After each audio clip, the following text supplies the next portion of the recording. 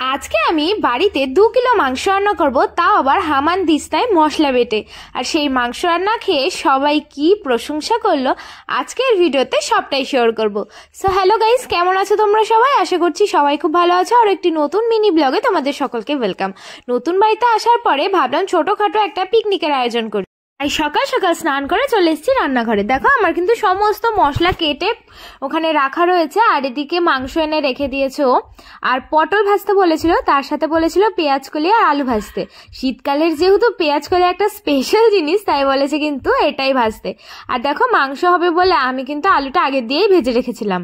আর এই পেঁয়াজকুলি কিন্তু শুধু শীতকালে পাওয়া যায়। তোমরা আমাকে কমেন্টসে জানিও তো যে তোমাদের কার কার পেঁয়াজকুলি ভাজা খেতে ভালো লাগে। দেখো পেঁয়াজকুলি ভাজা তো হয়ে গেছে, তারপরে ভাবলাম যে আমি এখানে পটলগুলো ভেজে নিই। তাড়াতাড়ি করে পটলটা আমি দেখো পুরো ছুলে নিয়েছি, আর এখন পটল ভাজতে শুরু করে দিয়েছি। ওই খোসা সমেত রাখলে আমার বড় আবার খেতে চায় না, তাই আমি আজকে খোসা ফেলেই দিয়েছি। আর খোসা রাখলে কিন্তু সেই পটল ভাজাটা আমার খেতে বেশি ভালো লাগে। তো পটল ভাজা দেখো আমার হয়ে গেছে, তারপরে আমি কিন্তু এখন চলে গেছি মাংসটা ধুতে। যেহেতু অনেকটা পরিমাণে মাংস এনেছিল, তাই মাংস ধুতে গিয়ে দেখি ওর মধ্যে 4টে লেগ পিস রয়েছে। আর আমি আমার বরকে বলছিলাম যে আমি কাউকে দেবো না, লেগ পিসগুলো আমি একাই সব খেয়ে নেবো। তারপরে চলে এসেছিলাম ঘরে। আর এখন দেখো আমি কিন্তু হামান দিছে মশলাটা পেস্ট করা শুরু করে দিয়েছি। আমি মাংসের পরিমাণে রসুন কম দিয়েছিলাম, তাই ওকে বললাম যে তুমি আরেকটা রসুন আমাকে ছুলে দাও। দেখো এখানে কিন্তু রসুন ছুলতে বসে পড়েছে, আর আমি এখন পেস্ট করা শুরু করেছি। তো আমি এটা একদম আস্তে আস্তে করছিলাম বলে এদিক দিয়ে দাদা বলছে যে তোর হচ্ছেই না। তো আমি দেখো কত জোরে জোরে করার চেষ্টা করছি, তারপরেও এগুলোতে কিছুতেই আমি কিছু করেও পেস্ট করতে পারছিলাম না। তাই এখানে কিন্তু এই যে বসে পড়েছে সুপারম্যান, এখন এইটা পেস্ট করবে। ও তো ঠিক করে বুঝতে পারছিল না প্রথমে।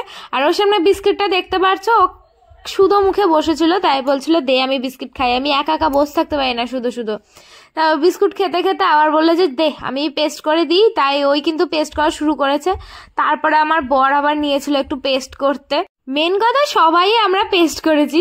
আর নতুনত্ব জিনিস হামানদিস্তায় আগেকার মানুষরা পেস্ট করতো, বাট এটা নতুন দিদা কিনে দিয়ে গেছে, তাই ভাবলাম যে চলো প্রথম মাংস রান্নাটাই হামানদিস্তা বেটেই করা যাক। তো পেস্ট ঠিকঠাকভাবে না হলেও মোটামুটি হয়েছে। দেখো মনে হচ্ছে আমি কুচি কুচি করে সমস্ত কিছু কেটে রেখেছি, ঠিক এরম ভাবেই হয়েছিল। এখন দেখো মশলাটা কষানো শুরু করে দিয়েছি। মশলাটা কষানো হয়ে গেলে কিন্তু আমি এই সুন্দর পরিষ্কার করে ধুয়ে রাখা মাংসগুলো দিয়ে দেবো। তো মাংসগুলোতে কিন্তু আমি ভেবেছিলাম একবারে মশলাটা মাখিয়ে তারপরে দেবো।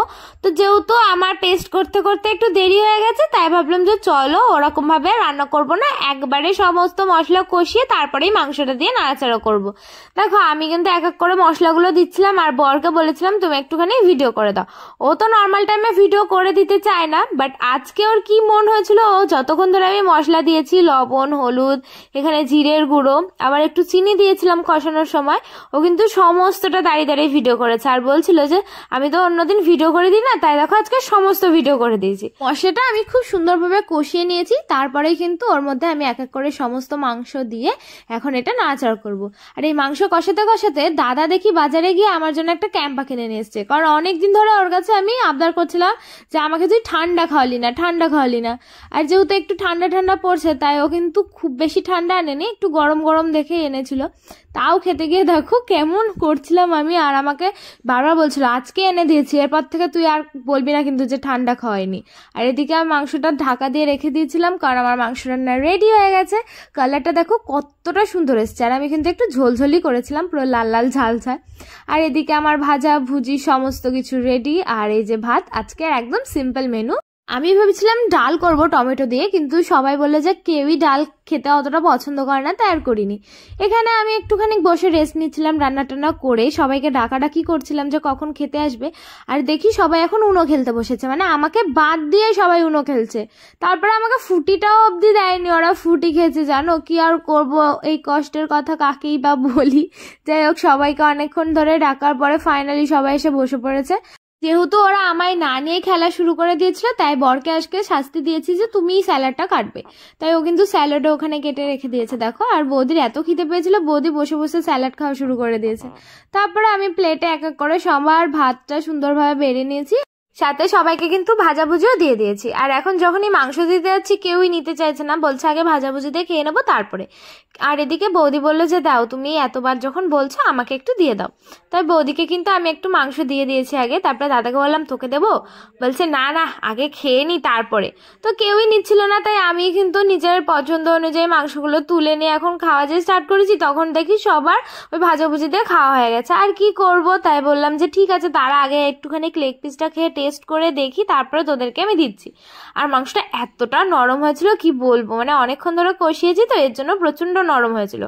তারপরে আমি হাত ধুয়ে এসে সবাইকে কিন্তু মাংস দিয়েছি। তো দাদাকে বলছিলাম যে কেমন রান্না করেছি বল, ও তো বলছিল খুব সুন্দর হয়েছে, বিশেষ করে ঝোলটা আমার এত সুন্দর লেগেছে। আর বৌদি তো জানোই বলবে যে ভালো হয়নি যতই রান্না হোক ভালো। তো বৌদি বলছে না একদম ভালো হয়নি। আর আমি একটু নুন কম খাই, বৌদি নুন একটু বেশি খায়, তাই বৌদি দেখো পুরো নুনের কৌটোটা নিয়ে বসে পড়েছিল। তারপরে রিজুদার এখনো ভাজাভুজি দিয়ে খাওয়া হয়েছিল না, তো ওর খাওয়ার জন্য আমি অপেক্ষা করছিলাম। তারপরে রিজুদাকে দিয়ে দিয়েছি, আর এদিকে আমার বরকেও কিন্তু আমি এখন দিয়ে দিচ্ছিলাম। তো সবাইকে আমি এখন সার্ভ করে দিয়ে তারপরে কিন্তু আবার খেতে বসবো। আর দেখো আমি কিন্তু সবাইকে হাড় দেখেই দিচ্ছিলাম, কারণ সবার ভালো লাগে হাড় পিস দেখেই খেতে, কেউ সলিড খেতে পছন্দ করে না। তারপরে ওকে আমি জিজ্ঞাসা করছিলাম বলো কেমন রান্না করেছে তোমার বউ, বলছে ভালোই রান্না করেছে, বাট ও লজ্জা পায় তো তাই ঠিকভাবে এক্সপ্রেশন দিতে পারে না। আর এই দেখো সবার খাওয়া হয়ে গেছে, আর আমিও কিন্তু লাস্টে খেতে বসে পড়েছিলাম। আমাদের আজকে ছোটখাটো পিকনিকটা তো জমিয়ে হয়েছে, আবার সন্ধ্যাবেলা আমরা গেছিলাম কিন্তু আমাদের এখানে জগদ্ধাত্রী পুজোর কার্নিভাল দেখতে। তো যাই হোক বন্ধুরা, আজকের ভিডিওটা তোমাদের কেমন লাগলো অবশ্যই কমেন্টস করে জানিও, ভালো লাগলে লাইক শেয়ার করে দিও, আমার পেজটা ফলো করো। তো আজকের জন্য বাই, দেখা হচ্ছে।